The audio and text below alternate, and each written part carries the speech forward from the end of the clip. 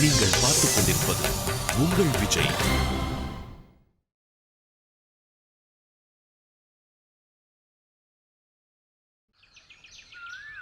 இந்த என்கேஜ்மெண்ட் நாளைக்கே நடக்கணும், இல்லைன்னா நடக்கவே நடக்காது.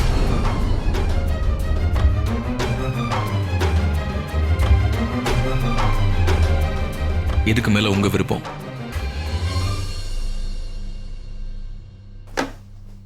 அண்ணா, சின்னா சின்னா,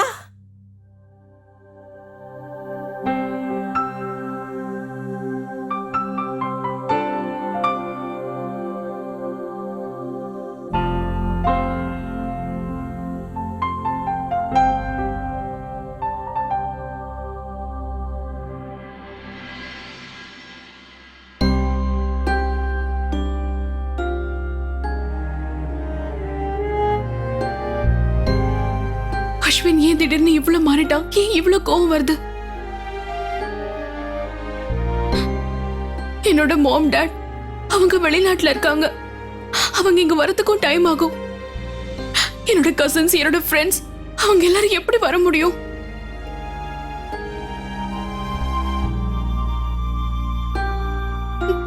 லவண்யா, நீங்க அழாதீங்க. தாதா இருக்கல்ல, நான் சின்ன கிட்ட பேசி பாக்குறேன். இங்க பாரு அஞ்சலி, நீ அஸ்வின் கிட்ட நல்லா பார்த்து யோசிச்சு பேசுமா. ஒருவேளை நீ பேசுறத பார்த்து அஸ்வின் கல்யாணமே வேண்டான்னு சொல்லிட்டா, ஹலோ ஹாய் கூட நடக்காம பை பை சொல்ல வேண்டியதான்.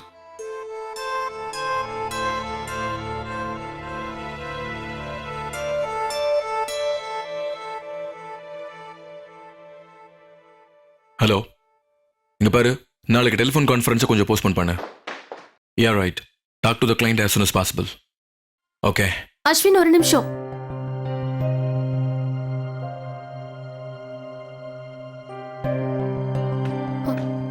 அஸ்வின், கொஞ்சம் நில்லுங்க.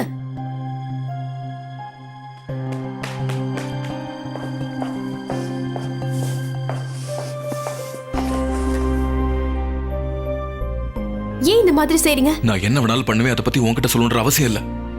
அடுத்த மாசம் தான் நிச்சயதார்த்தம்னு டேட் டிசைட் பண்ணிட்டாங்கல்ல. என்கேஜ்மெண்ட் நாளைக்கு தான். ஆனா ஏன் நீங்க இவ்ளோ அவசரமா? என்னோட லைஃப் சம்பந்தப்பட்ட விஷயத்துல இன்டர்ஃபியர் ஆகிறதுக்கு நீ யாரு? உங்களை பத்தி நீங்க என்ன நினைச்சிட்டு இருக்கீங்க? உங்க முன்னாடி எல்லாரும் பயப்படுறாங்க, அதுக்காக நீங்க என்ன வேணாலும். அஞ்சலியும் பாட்டியும் புரோகிதர் கிட்ட பேசிட்டு தானே முகூர்த்த தேதிய.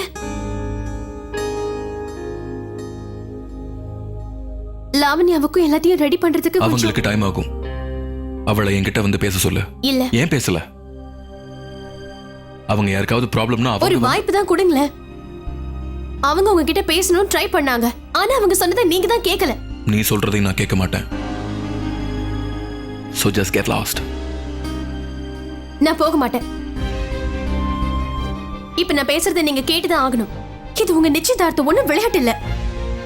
நீ எனக்கு சொல்லி புரிய வைக்கிறியா? முதல்ல உன்னோட என்கேஜ்மெண்ட் நீ பாத்துக்க.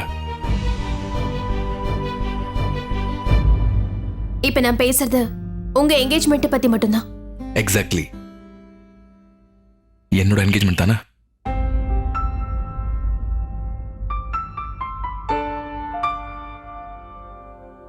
என்னோட என்கேஜ்மெண்ட் நடக்குதோ இல்லையோ,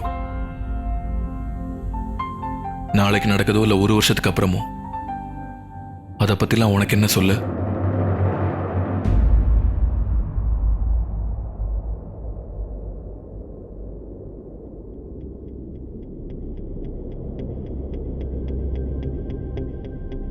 உங்க என்கேஜ்மெண்ட் நடக்குதோ நடக்கலையோ, அத பத்தி நான் எதுக்கு யோசிக்கணும்?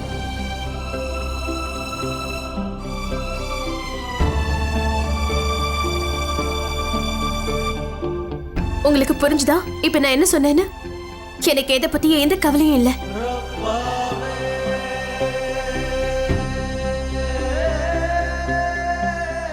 நான் எல்லாரும் சந்தோஷமா இருக்கணும்னு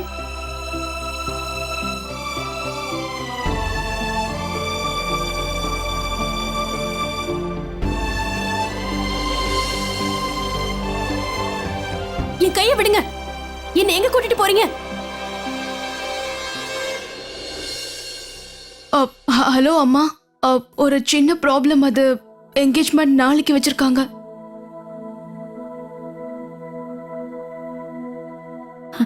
இது பாருப்பா அஜய், இங்க ஒரே நாள்ல நல்லபடியா என்கேஜ்மெண்ட் நடக்க போகுது. அதனால நம்ம வீட்ல நிறைய வேலை இருக்கும். நீ கொஞ்சம் உன்னை ஃப்ரீயா வச்சுக்கிட்டா நல்லா இருக்கும். சரியா? ஓகேம்மா.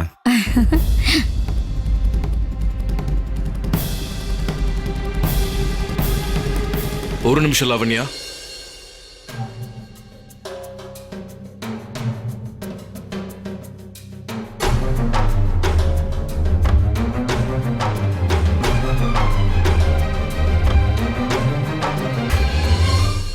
என்னை பொறுத்த வரைக்கும் ஸ்ருதி என்ன சொல்றாளோ அதான் சரின்னு தோணுது. ஒரே ஒரு நாள்ல என்கேஜ்மெண்ட் ஏற்பாடுலாம் பண்றது ரொம்ப கஷ்டம்.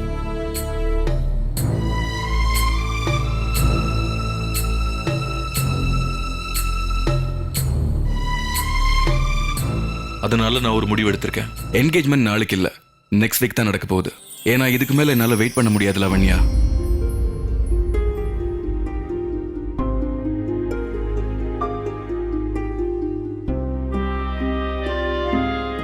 இப்போ ஓகேவா?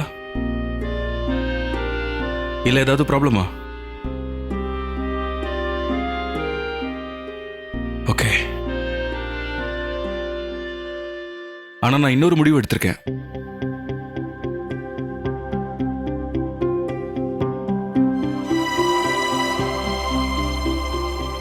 இந்த என்கேஜ்மெண்ட்டுக்கான ஏற்பாடு எல்லாத்தையும் ஸ்ருதி தான் பண்ணணும்.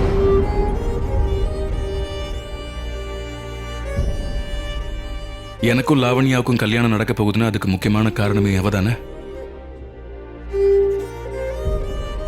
அப்புறம் ஸ்ருதி ஆஃபீஸில் ஒர்க் பண்ணுறதையும் நான் பார்த்துருக்கேன். அவ நல்லா ஹார்ட் ஒர்க் பண்ணுற பொண்ணு.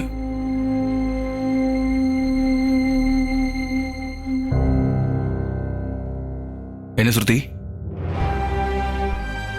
Is that okay with you? Of course Ashwin, Shruti நமக்கு நிச்சயம் ஹெல்ப் பண்ணுவா. என்ன ஸ்ருதி?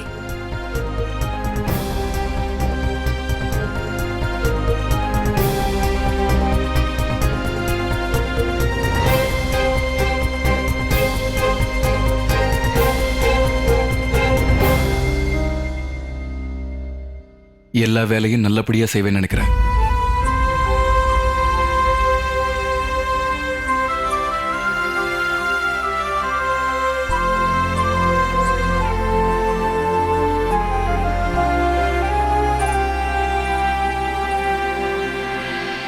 நான் என்ன நினைக்கிறேன்னா, உண்மையிலே உன்னை பாராட்டி தான் ஆகணும் சுருதி. கல்லையே கரைய வச்சிருக்கேன்னா உன்னை பாராட்டி தான் ஆகணும். ஆமா பாட்டி, நல்ல வேலை ஸ்ருதி நீங்க இருந்தீங்க. இல்லனா பிரச்சனையா இருக்கும். அட்லீஸ்ட் நம்ம எல்லாருக்கும் ஒரு வாரமாவது டைம் கிடைச்சதுல. தேங்க்ஸ் நாட்டு போறோம். ஆனா நீ அஸ்வின் கிட்ட போய் அப்படி என்ன பேசின? அவன் எப்படி ஒத்துக்கிட்டான்? ஏற்பாடு செய்ய ஆரம்பிக்கலாமா? வாங்க வாங்க வாங்க, எல்லாரும் உட்காருங்க. மஞ்சளி, அதை எடுத்து எழுதுமா. அந்த பேப்பர் எடுமா. என்கிட்ட கொடுங்க அஞ்சலி, நான் எழுதுறேன். சரிம்மா, நீங்க எழுது. மோதிரம், துணிமணி. இவர் ஏன் போன் எடுக்க மாட்டேங்கிறாரு? ஓ எஸ்கா, நீங்க வேற இன்னைக்கு டேட்டுக்கு போகணும்ல? என்ன லாவண்யா, வீட்ல இவ்ளோ வேலை இருக்கும்போதா? அப்படிலாம் இல்ல அஞ்சலி, நீங்க உங்க ஹஸ்பண்டோட கண்டிப்பா போகணும். அது சரி. அப்புறம் வீட்ல இருக்கிற வேலையை யார் பாப்பாங்க? நான் தான் இருக்கேன்ல, நான் எல்லாத்தையும் பாத்துக்கிறேன். ஹலோ, ஹாய், பாய் பாய். இங்க இவ்ளோ வேலை இருக்கு. லோன்லியா இந்த வேலையெல்லாம் எப்படி செய்வ? கிழிஞ்ச புடவை. அவங்க ஒண்ணு தனியா இல்லாத, நாங்க எல்லாரும் உங்க கூட இருக்கோம். நானும் உங்க கூட இருக்கேன். ஆமாங்க அக்கா, நானும் உங்க கூட இருக்கேன். ஸ்ருதி, இன்விடேஷன்ஸ் வேலையெல்லாம் நான் பாத்துக்கிறேன். அப்புறம் உங்களுக்கு வேற ஏதாவது உதவி தேவைன்னா தயங்காம என்ன கேளுங்க, சரியா? அதெல்லாம் ஒண்ணு வேண்டாம் அஜய். எல்லாத்தையும் விட பெரிய வேலை எல்லாரையும் இன்வைட் பண்றதுதான். அதனால மத்த வேலையெல்லாம் நோ, இட்ஸ் ஆல்ரைட் ஸ்ருதி. அதுவும் இல்லாம இன்விடேஷன் வைக்கிறதுக்கு உங்க வீட்டுக்கு வரணும்னு சொன்னா எனக்கு எந்த பிரச்சனையும் இல்லை ஸ்ருதி.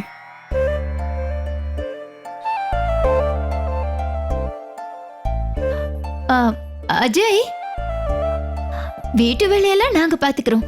வெளிய போய் யாரெல்லாம் கூப்பிடுமோ எல்லாரையும் நீ கூப்பிடு, சரியா? டோன்ட் வரி அக்கா, எல்லாத்தையும் நான் பாத்துக்கிறேன். அஜய், இங்க வா. நீ எதுக்கு தேவை இல்லாம இவ்வளவு கஷ்டப்படணும்?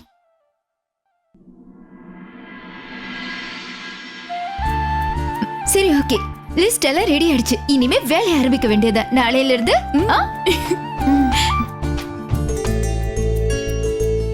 சரி அஞ்சலி, நான் கிளம்பி ஆகணும்.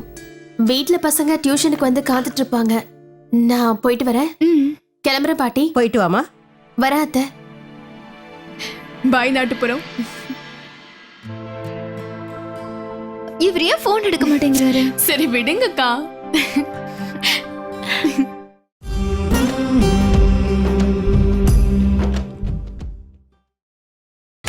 நீங்கள் பார்த்துக் கொண்டிருப்பது உங்கள் விஜய்.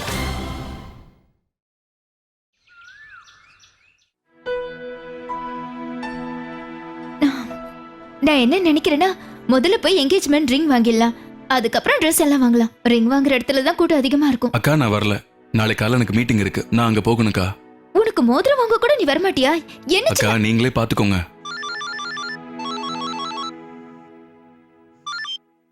ஹலோ, சொல்லுங்க ஸ்ருதி. நாம முதல்ல போய் என்கேஜ்மெண்ட்டுக்கு ரிங் வாங்குற வேலையை முடிச்சிடலாம். இல்ல இல்ல, நம்ம ஜுவல்லரி ஷாப்க்கு போகல. நமக்கு தெரிஞ்ச ஒருத்தர் இருக்காரு, அவர் வீட்ல வந்து ஆர்டர் எடுப்பாரு. அதனால நீங்க என்ன பண்றீங்க, நீங்க வீட்டுக்கு வந்துருங்க. உங்க நிச்சயதார்த்தம் நடக்குதோ நடக்கலையோ அத பத்தி எனக்கு எந்த கவலையும் இல்ல. ராணிமா, சின்னாவோட அளவெல்லாம் எடுத்தாச்சுல்ல? சரி, நான் வச்சிடுறேன். நான் உங்ககிட்ட அப்புறமா பேசுறேன். அப்ப இத பத்தி எல்லாம் நம்ம பேசலாம். நான் என்ன நினைச்சேன்னா, சின்னாவுக்கு குர்தா நல்லா இருக்கும்.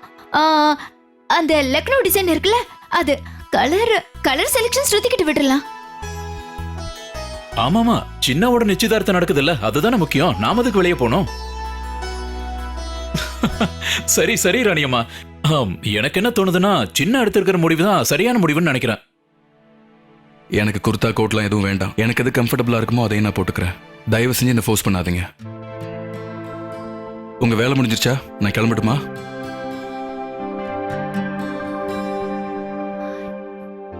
இந்த சின்னவன் என்னால புரிஞ்சுக்கவே முடியல. எதுக்கு எடுத்தாலும் கோவப்படுறான். முதல்ல எல்லாத்துக்கும் சரிங்கிறான், அப்புறம் திடீர்னு வேண்டாங்கிறான். அப்படி இவன் மனசுல என்னதான் இருக்கு? என்கிட்ட எதுவுமே சொல்ல மாட்டேங்கிறான். ஐயோ ராணியம்மா, எதுக்கு நீ தேவையில்லாம டென்ஷன் ஆயிட்டு இருக்க? ஒரு விஷயத்த நீ மறந்துட்ட. நம்ம கல்யாணத்துக்கு முன்னாடி நம்ம எவ்வளவு சந்தோஷமா இருந்தோம், அதே மாதிரி தான் சின்னாவும் இருக்காருன்னு நினைக்கிறேன். அப்புறம் ராணியம்மா, நான் கிளம்புறேன். அட, நீங்க எங்க கிளம்புறீங்க? எங்க கிளம்பிட்டீங்கன்னு கேட்டா, எப்படி இருந்தாலும் நீ என் கூட வெளியே வரப்போறது இல்ல, அதனால நான் இன்னொருத்தவங்க கூட போலாம்ல.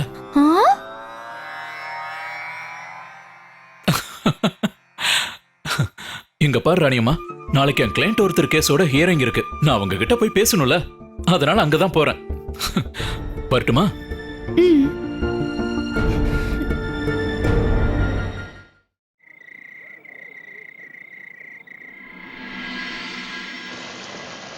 சரி சரி.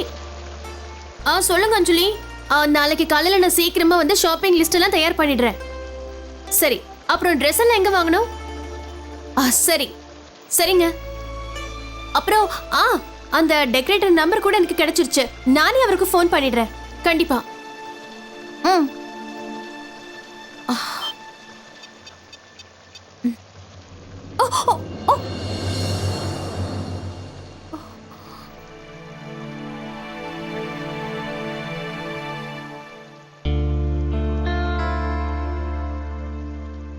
மறுபடியும் நீங்க டென்ஷனா இருக்கீங்களா?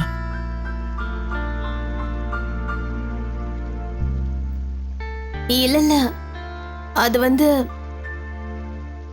எனக்கு நல்லா தெரியும் ஸ்ருதி, இப்ப நீங்க நிறைய பொறுப்புகளை சுமந்துட்டு இருக்கீங்க. அஸ்வின் அப்புறம் லாவண்யாவோட என்கேஜ்மெண்ட் நான் தான் எல்லா பொறுப்பையும் பாத்துக்கிறேன்னு உங்களுக்கு எப்படி தெரியும்?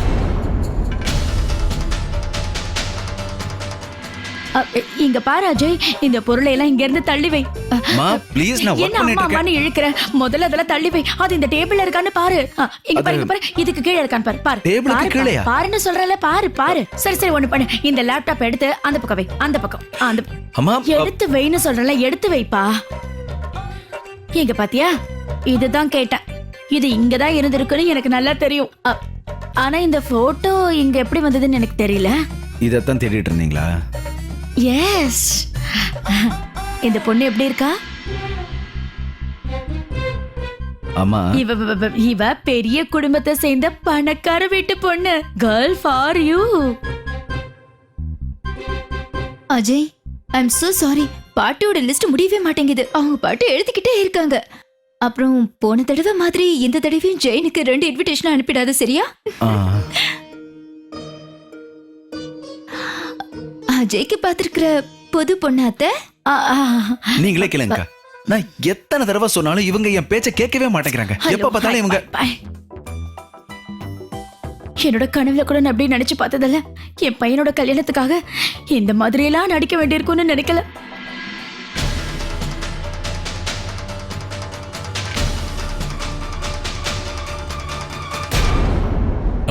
இல்ல அது வந்து ஸ்ருதி, நீங்க மறுபடியும் அங்க போக ஆரம்பிச்சிருக்கீங்களா? அதனால அவங்க உங்களுக்கு வேலை கொடுத்திருப்பாங்கன்னு சொன்னேன். அங்க நிச்சயதார்த்தம் நடக்க போகுதுல்ல, அதான்.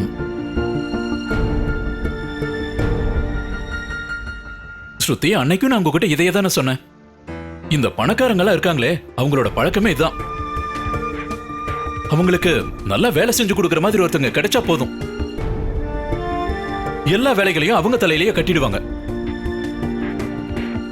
நீங்களே பாருங்க, அவங்க அப்படி செய்யறதுனால உங்களுக்கு தேவையில்லாத சிரமம். அங்க ஏற்பட்ட டென்ஷனை குறைக்கிறதுக்கு தானே நீங்க இப்படி ஜிலேபி செஞ்சுட்டு இருக்கீங்க. ஸ்ருதி, இந்த மாதிரி நேரத்துல நீங்க வீட்ல இருந்தா நல்லா இருக்குன்னு உங்களுக்கு தோணலையா? இல்ல, அப்பாவுக்கும் உடம்பு சரியில்லை, அத்தைக்கும் உங்க துணை தேவைப்படுது. சரி சரி, விடுங்க ஸ்ருதி. இந்த ஜிலேபி நீங்க சாப்பிட்டுட்டே இருங்க, அதுக்குள்ள நான் அத்தை போய் பார்த்துட்டு வந்துடுறேன். இந்தாங்க.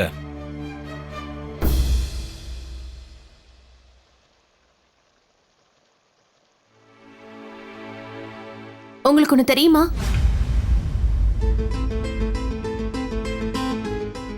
இன்னைக்கு அஞ்சலிக்கு கால் பண்ண ஒருத்தர்கிட்ட நான் பேசினேன். அந்த குரல் அப்படியே உங்களோடது மாதிரி இருந்தது. நீங்க என்ன சொல்றீங்க? இன்னைக்கு நான் யாருக்கும் ஃபோன் பண்ணவே இல்லையே. சொல்லப்போனா இன்னைக்கு நான் வேலைக்கு போன இடத்துல எனக்கு சுத்தமா சிக்னல் கிடைக்கவே இல்லை. சரிங்க, ஆனா ஃபோன் பண்ணது நீங்க தான், நான் சொல்லவே இல்லையே. நான் என்ன சொல்ல வரேன்னா, ஃபோன் பண்ணவங்க குரல் உங்களோடது மாதிரி இருந்தது. ஓ அப்படியா? சரி, நான் கிளம்புறேன்.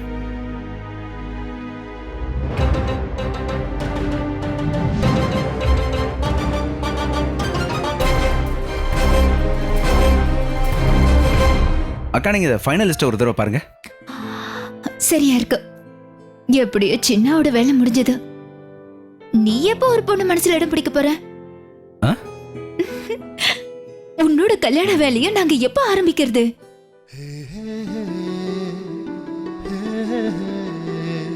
ஆ, அக்கா, அது வந்து என்னாச்சு? நீ போய் பேசினியா இல்லையா? இல்லனா இன்னும் நீ முயற்சி பண்ணிட்டு தான் இருக்கியா?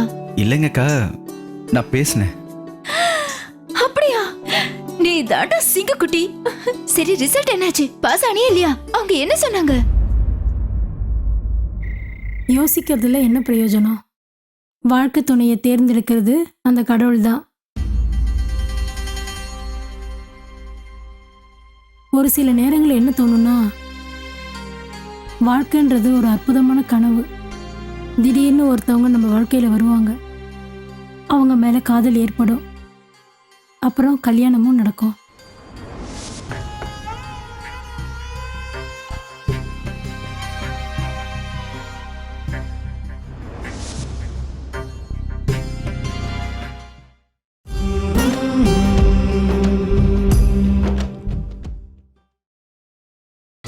நீங்கள் பார்த்துக் கொண்டிருப்பது உங்கள் விஜய்.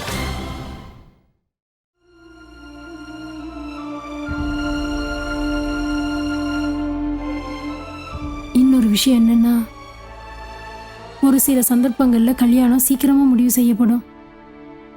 அப்ப நமக்கு என்ன நடக்குதுன்னே புரியாது. இதெல்லாம் சரியா இல்ல தவறான்னு கூட நம்ம யோசிப்போம். யார் இந்த மனுஷன்?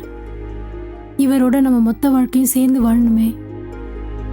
இவரை பத்தி நமக்கு ஒழுங்கா கூட தெரியாதுன்னு கூட யோசிப்போம். மனசுல 1000 கேள்விகள் வரும். ஆனா ஒரு பதில் கூட கிடைக்காது. அது என்ன பதில்னா, வாழ்க்கையை வாழ்ந்து பார்த்தாதான் தெரியும்.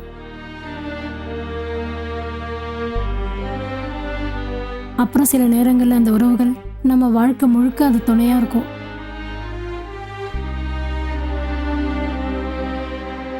ஸ்ருதி, உனக்கும் ஷாமுக்கும் ஏற்பட்டிருக்க இந்த உறவு அதே மாதிரி தான் ஒரு உறவு. உங்க வாழ்க்கையிலையும் எல்லா சந்தோஷமும் வரும். எனக்கு முழு நம்பிக்கை இருக்கு ஸ்ருதி. கல்யாணம் முடிஞ்சதுக்கு அப்புறம் உனக்கு எல்லா சந்தோஷமும் கண்டிப்பா கிடைக்கும்.